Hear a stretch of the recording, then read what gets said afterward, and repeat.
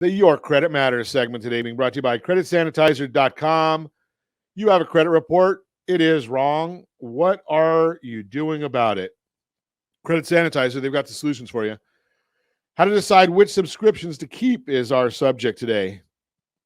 With inflation on the rise, your paycheck is most likely getting gobbled up quicker as prices of everything from gas to food to the cost of shoes increase.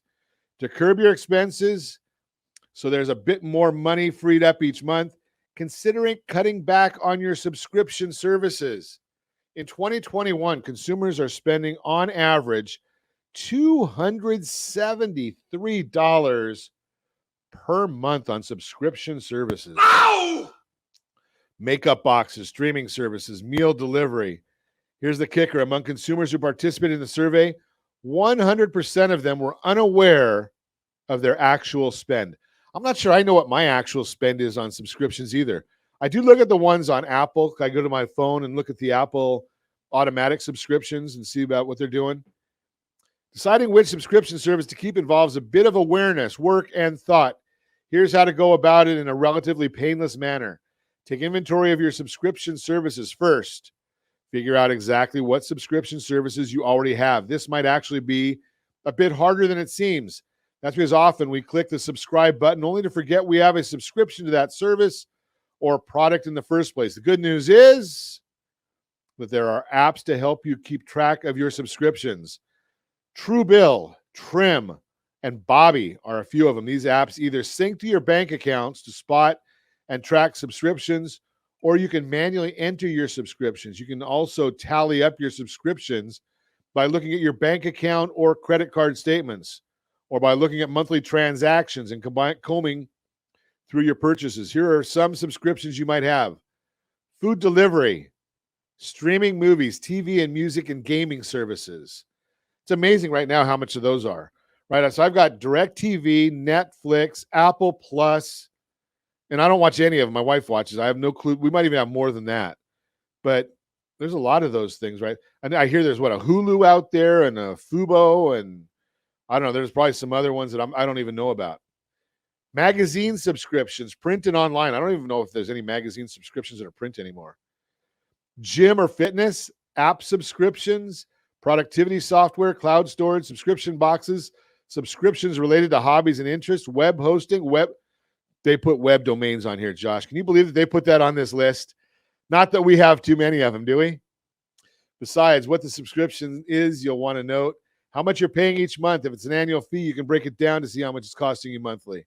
If it's set up for auto renewal, if you budget by category, label each subscription by the spending category it falls under: food, entertainment, fitness, all of that above. Find your cut number. After you've tallied all your current subscriptions, find out how much you need to cut back on. For instance, let's say you spend $300 a month on subscriptions, and because you like to, say, be more aggressive in paying off your student debt or like to get a save for summer travel, you want to bring that number down to $200 a month. Figuring out exactly how much you want to save on your subscriptions gives you a jumping off point, and you can quickly glance at how much each subscription is costing you to determine what you can potentially get rid of. Drop the ones you rarely use. The psychological pull of keeping subscriptions you rarely, if ever, use is, well, eventually use it. Yeah, maybe you're not going to eventually use it. For instance, it's nice to have a Netflix subscription, even though you haven't logged on to watch anything in the last 4 months. Maybe you've grown tired of those healthy salads from your weekly food delivery service. Yeah, I wouldn't even know about that.